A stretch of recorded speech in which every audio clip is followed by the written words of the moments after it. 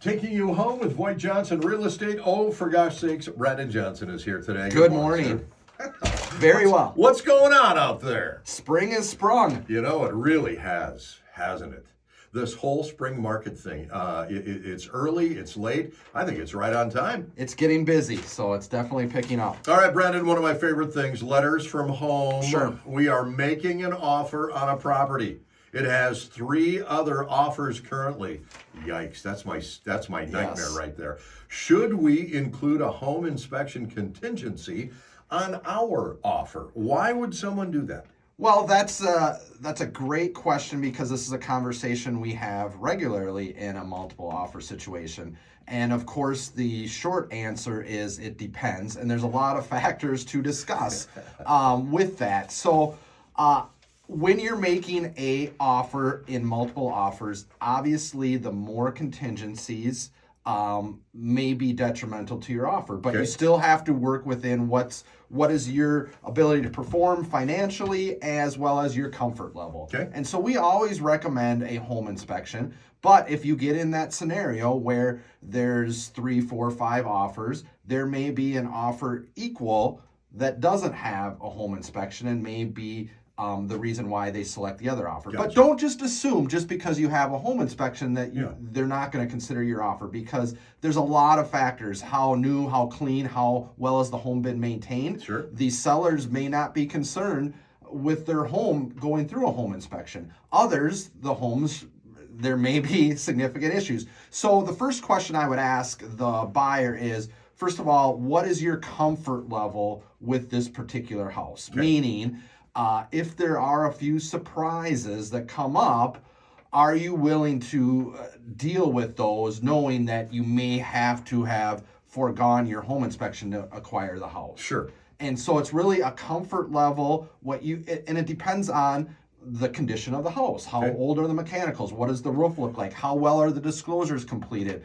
You can get a lot of different feelings from each independent home that you look at based on how well it's been maintained, the age of all the mechanicals, roof, etc. That being said, there can always be things. I had a home in similar situation here about a month ago where we waived our home inspection. I got in the attic. You never know, the one horror stories you see, like fire damage in an attic or something. So if we go down that route, I will go above and beyond. I just want to see in the attic, poke my head and see stuff just to make sure there's nothing outrageous, that 1 in a million chances that this is the one. Mold or whatever. Right. Now, there's other ways to handle it as well, too. You can, if you choose to do a home inspection, shorten the period. You don't need the full 7-10 days, right? Line up a home inspector to either come in while you're showing the house or make your home inspection contingency 24 hours, 48 hours. That is better than 7 or 10 days, because from a seller's perspective, they're saying, how long is my home basically tied up where a buyer could walk away? The greater that time, the more angst from a seller's perspective. So having a home inspection for 48 hours is not nearly the same as 10 days. Okay. And so it's not an all or nothing. There's various degrees of how long that is. And again, we have had home inspectors come in during the initial showing to kind of just do a walkthrough as well too. So there's a lot of alternatives, but it really boils down to your comfort level. Are you a seasoned home buyer that have bought and sold 7, 8 homes, and you kind of experienced what happens with a leaky water heater, a bad furnace? You're looking for things for water intrusion, or are you in your early 20s buying your first home, a little greener to that? So there's a lot of factors that go into that conversation. Now, I'm pretty impressed with the fact that you're going to pop your head up in that attic and look around, because I think that is the mark of a good realtor. They are, looking out for the buyer there because, well, that's your job. Yeah, and again, I am not a licensed builder, a construction specialist, but been in the business for 20 plus years. You know what to look for, know what red flags. But again, if we're going down the road of not having a home inspection, there's certain things we need to look at that we might not typically do. Does it matter, Brandon, if you were talking about starter homes, second, third, fourth homes, forever homes, luxury homes?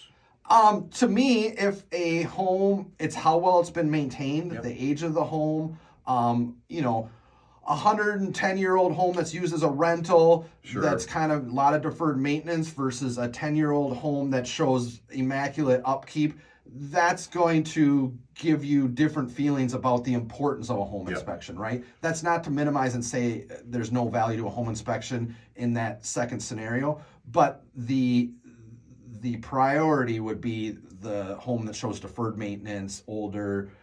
You get what I'm Sure, saying. I right? do. I really do. You know, you're talking about sometimes people saying not accepting the highest bid or whatever. Heidi told a story a couple of weeks ago Yeah. about somebody who did not take the highest offer because she said, this is what my dad would want me to do. They were selling an estate. Sure. My dad would want this family to be in this house so that they could raise their kids and all that kind of stuff. Now that's few and far between. I get that. You never know. I would say more often than you think when a scenario like this that has 4 or 5 offers, Yeah. is it generally the highest offer that's accepted? There's so many other factors. When you're putting yourself in a seller's shoes, and you're having 4 or 5 offers, and let's just say they're all over list price, the first thing you're looking at is the certainty that that buyer is going to be able to perform Sure. at the offer. And just because it's the highest doesn't mean they're going to be able to perform. And then Yep. there's other factors that you mentioned, the particular person that you might want to have it. So Emotions. you never know, you don't know what a seller's looking at. Yep. The smallest details can be the difference. I think your first answer, it depends, was perfectly spot Yeah, on. everything is a conversation, and that's why we try and use our experience to guide you through that process. How do we have that conversation with VoigtJohnson Real Estate? Online at VoigtJohnson.com or 320-774-2400. Brandon, thank you. Thanks, Bob.